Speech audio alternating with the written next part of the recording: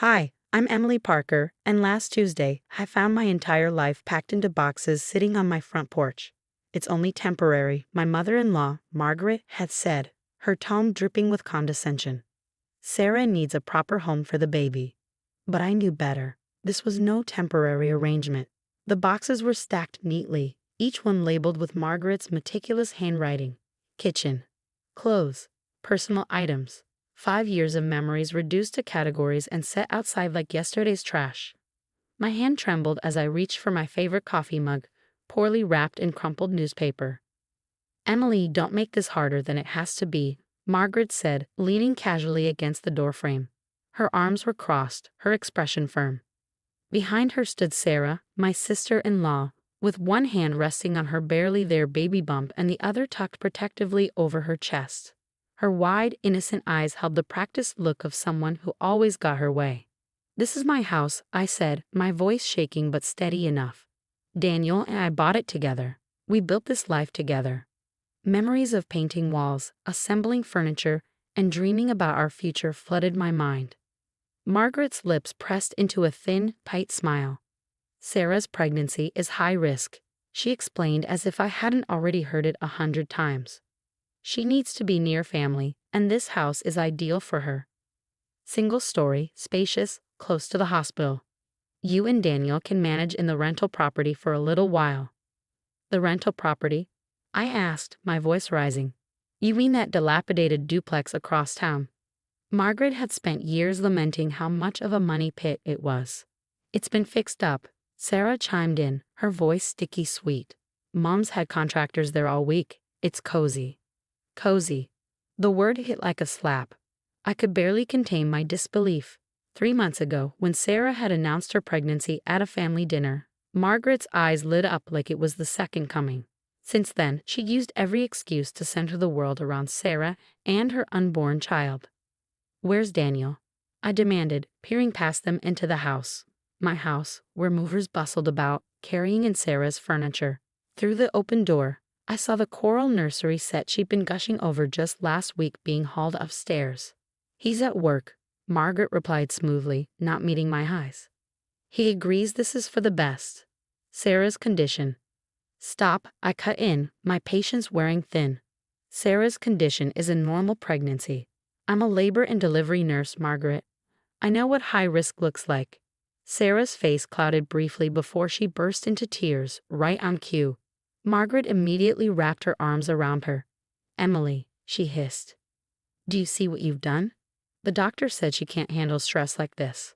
I pulled out my phone, dialing Daniel's number. Straight to voicemail. Twice. 3 times. Margaret crossed her arms again, her smile growing smug. "He's in meetings all day," she said. "Emily, please don't make this harder than it needs to be. It's only for a few months." But I wasn't naive. This wasn't temporary. The way Sarah was directing the movers, the pristine designer nursery being assembled upstairs, it was all too deliberate. This had been planned, likely for weeks, while I worked back-to-back hospital shifts. "I'll call a lawyer," I said, the words spilling out before I could think twice. Margaret's laugh was sharp and cold. "And who will you hire? Stanley Adams? The Parker family lawyer for 30 years? Or someone else in town who knows better than to cross us?" She stepped closer, her voice lowering to a hiss. "You're out of your league, Emily. Accept this gracefully or make it worse for yourself." My phone buzzed. A text from Daniel. "Mom explained everything. It's best for the baby. The duplex is fine for now. Please don't make this difficult." For now. The words blurred as tears filled my eyes. 5 years of love, sacrifice, and loyalty reduced to a text message and a pile of boxes. "The movers will take your things to the duplex," Margaret said, already turning back toward the house. "The keys and address are on that box. We need you out by tonight. Sarah needs her rest." I stood frozen as they disappeared inside, Margaret's voice blending with Sarah's as they discussed furniture arrangements. Through the window, I saw Sarah running her fingers along the kitchen counters Daniel and I had scrimped and saved to install. For a moment, the weight of it all threatened to crush me. But as I loaded the first box into my car, my wedding ring caught the light, and something inside me shifted. Margaret thought she'd won, but she underestimated me. I wasn't the same timid girl who married into the Parker family 5 years ago. I had my own resources, my own plans, and nothing left to lose. I glanced back at the house, now alive with workers transforming it into Sarah's new sanctuary. Game on, I whispered under my breath, gripping the steering wheel. This wasn't the end. It was just the beginning. The duplex was just as I expected, cramped, dingy, and reeking of mildew. Margaret's so-called fixes consisted of a slapdash paint job and mismatched furniture that looked like it had been scavenged from a garage sale. The wallpaper in the bedroom was peeling, revealing water stains underneath. I sank onto the lumpy couch, scrolling through my phone's photo gallery. Each picture felt like a gut punch. 5 years of memories in that house, now overshadowed by the image of Sarah, undoubtedly repainting my kitchen in the sage green she wouldn't stop talking about. A sharp knock interrupted my thoughts. "Emily? It's Helen from next door." I opened the door to see my colleague from a hospital. Her brow furrowed, concern etched across her face. "I saw you moving in," she said. "Isn't this the Parkers' infamous rental property?" I nodded, inviting her in. Before I could stop myself, the whole story spilled out. Between sobs, I recounted everything. The packed boxes, the eviction, the smug smiles. Helen's expression darkened as she listened. "Emily," she said carefully, "there's something you should know. Sarah was at the hospital yesterday for her checkup. I wasn't supposed to be near the records desk, but I overheard her talking to Dr. Martinez. She's not high risk at all. In fact, the doctor said she's having one of the easiest pregnancies she's seen in years." I froze, my hands clenching into fists. I knew it, but Daniel won't listen. He's completely under their control. Helen hesitated. "There's more. Last week, I overheard Sarah asking about property laws. Specifically, about how long someone needs to live in a house to establish it as their primary residence. The pieces snapped together like a cruel puzzle. This wasn't temporary. Margaret and Sarah weren't just trying to push me out. They were plotting to take my home. Before I could respond, my phone buzzed with a group text from Margaret. "Dinner at our house tonight. Mandatory family meeting to discuss the new living arrangements. Emily, please dress appropriately this time." I considered skipping it, but then I remembered the folder hidden in my office desk. The one Margaret and Sarah didn't find when they packed up my life. "I'll be there," I texted back. That evening, I arrived at the Parker mansion wearing my sharpest black dress and a cold, unyielding smile. Through the window, I saw Sarah curled up in my favorite armchair, the one I brought from my parents' house. Now it sat smugly in Margaret's pristine living room. "Emily, so good of you to join us," Margaret said as she opened the door, her eyes narrowing at my outfit. Inside, Daniel sat stiffly beside Sarah, who was dramatically cradling her barely visible bump. "The duplex is cozy," I said lightly, echoing Sarah's earlier jab. Though I did have an interesting chat with a housing inspector today. Margaret stiffened. "Housing inspector?" "Yes," I replied, letting the moment stretch. "They're very concerned about the black mold behind the bathroom walls. And the electrical issues. Did you know it's illegal to rent out a property in that condition?" Margaret's composure faltered, her smile freezing in place. "You called the housing authorities?" Daniel asked, his voice tight. "Actually, they called me. Turns out someone filed a complaint months ago, but it was misplaced. Until today, I pulled out my phone, displaying the email. They'll be conducting a full inspection next week." Sarah shot to her feet, her polished mask slipping. "Mom, you promised that place was fixed. I can't have my sister-in-law living in a moldy duplex. Think of how it would look to my blog followers." Ah, her blog. Sarah's carefully curated online image, the one thing she truly cared about. "Oh, don't worry," I said sweetly. "I've already shared my situation on several local community forums. The response has been overwhelming. People are so concerned about a pregnant woman forcing her brother's wife into hazardous housing." Sarah's jaw dropped and she grabbed her phone, frantically checking her follower count. "Take it down," Margaret barked. "This is a private family matter." "Like how you privately packed up my house?" I shot back. "Or how you privately told the neighbors I abandoned my home out of jealousy." I stood, my voice cold and steady. "By the way, I found my folder. The one from my office desk." Daniel's head snapped up. "What folder?" "The one with the property deed," I said, locking eyes with him. "The one that shows I'm the primary owner of the house." My inheritance paid for 70% of the down payment. Legally, the house is mine. The room fell silent. Margaret's face turned a mottled shade of purple, and Sarah's phone slipped from her hand. That's not possible, Margaret stammered. Daniel told us he paid for everything. Did he?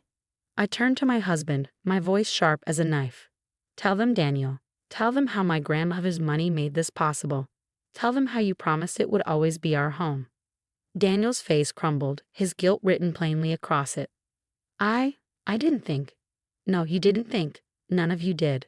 I placed a stack of papers on the table. My lawyer, not Stanley Adams, but someone from the city, will be serving you with official papers tomorrow. I want my house back within 48 hours, or we can let a judge decide. I turned to Sarah, whose carefully constructed facade had shattered completely. And Sarah? My lawyer is very interested in your searches about residency laws. Attempted property fraud carries significant consequences. I smoothed my dress, the picture of calm. I'll see myself out. Oh, and Margaret. The housing inspector wants to speak to you about the rent you've been collecting on that duplex. Apparently, you haven't reported that income for years. As I walked to my car, the voices behind me erupted into chaos. Sarah's shrieks, Margaret's frantic demands, and Daniel's desperate attempts to explain. But I didn't look back. They thought they could erase me, replace me, cast me aside. They were wrong. The next 48 hours were a war of attrition. My phone buzzed incessantly with messages. Margaret sent threats wrapped in false politeness. Sarah tried her hand at tearful guilt trips, and Daniel alternated between desperate apologies and weak defenses. I ignored them all, forwarding every message to my lawyer. But on Wednesday morning, there was a knock at my door. Emily, can we talk? It was Robert, my father-in-law, looking older and more exhausted than I had ever seen. I hesitated before letting him in. Unlike Margaret, Robert had always treated me kindly, though his silence in the face of her schemes had been just as hurtful. I found these, he said, placing a folder on my coffee table. His hands trembled slightly as he opened it. Inside were emails between Margaret and Sarah, dating back months. They outlined everything: the manipulation of Daniel through Sarah's pregnancy, their research into property laws, and their plan to renovate my house while I was too busy working hospital shifts to notice. I stared at the damning evidence, my voice quiet. Why are you showing me this now? Robert sighed, the weight of years of inaction pressing down on him. Because I've seen this before. Margaret did something similar to Daniel's first girlfriend in college. She decided the girl wasn't good enough and pushed her out. The poor thing transferred schools, and Daniel, he didn't stand up for her. I kept quiet then, told myself it wasn't my place. But watching them do this to you, knowing how much you've given to this family, I can't stay silent anymore. I studied the emails, my lawyer's words ringing in my ears. The more evidence we have, the stronger our case. There's more, Robert said hesitantly. The housing inspector called Margaret this morning. The duplex is in worse shape than anyone realized: structural issues, severe code violations. She's been collecting rent illegally for years. Before I could respond, another knock came at the door. This time it was Helen, looking worried. Emily, you need to see this, she said, holding up her phone. On the screen was Sarah's latest Instagram post, a tearful video ranting about toxic family members and the stress they were putting on her and her unborn child. The comments were brutal. Locals who knew the truth were calling her out, and it was clear her carefully curated image was cracking under the pressure. My phone buzzed again. It was my lawyer. Emily, they're ready to negotiate. All of them. An hour later, I sat in my lawyer's office, facing the people who had tried to erase me from my own life. Margaret's flawless composure was gone, her shoulders slumped. Sarah's mascara was streaked down her face, and Daniel looked utterly defeated. Here are our terms, my lawyer began, his tone firm and unyielding. Emily gets the house back immediately, and all renovation costs will be reimbursed. Mrs. Parker will face the legal consequences of operating an illegal rental property. And we have ample evidence of attempted property fraud should you wish to contest any of this. You can't prove anything, Margaret snapped, but Robert's quiet voice cut through her bluster. Enough, Margaret. He placed the folder of emails on the table with finality. It's over. Sarah dissolved into sobs, real ones this time. My followers are calling me a fraud. My sponsorships are pulling out. "Mom, fix this."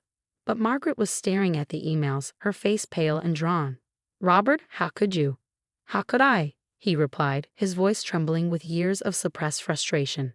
"How could you? You jeopardized our son's marriage, our grandchild's future, because you couldn't bear to give up control."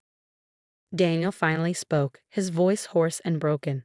"Emily, I am so sorry. I should have stood up to them. I should have protected you, our home, our marriage." I looked at him, really looked at him. "Yes, you should have. We can fix this," he pleaded.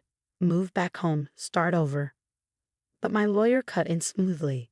"The house will be returned to Emily's sole ownership, and given the circumstances, she's filing for divorce." The room erupted in protests, but I felt a strange sense of peace wash over me. "Daniel," I said calmly, "you didn't just fail to protect me. You helped them hurt me. That's not something we can come back from."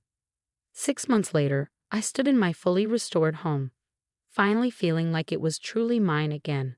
The walls were painted in colors I loved, my grandmother's furniture was back in place, and the house felt warm and inviting, no longer tainted by their schemes.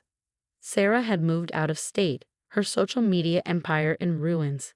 Margaret and Robert were in marriage counseling after Robert finally found the courage to stand up to her. The illegal duplex had been renovated and turned into affordable housing through a local charity. As for Daniel, he'd sent me a letter last week. He was in therapy, finally confronting the toxic dynamics of his family. A small part of me hoped he'd find happiness, but not with me. I'd learned my worth, and it was far too high to ever settle for less again. The doorbell rang. Helen stood there, holding a casserole dish and grinning. "Ready for your housewarming party?" she asked, pulling me into a hug. I glanced around at the home I had fought so hard to reclaim. "You know what?" I said, smiling. "I am." Sometimes losing everything teaches you exactly what you're capable of. Margaret thought she could erase me, Sarah thought she could replace me, and Daniel thought he could choose them over me. They all learned the hard way what happens when you underestimate someone's strength. Now let me ask you, have you ever had to stand up to family members who tried to control your life? How did you find the strength to fight back? Share your story in the comments below.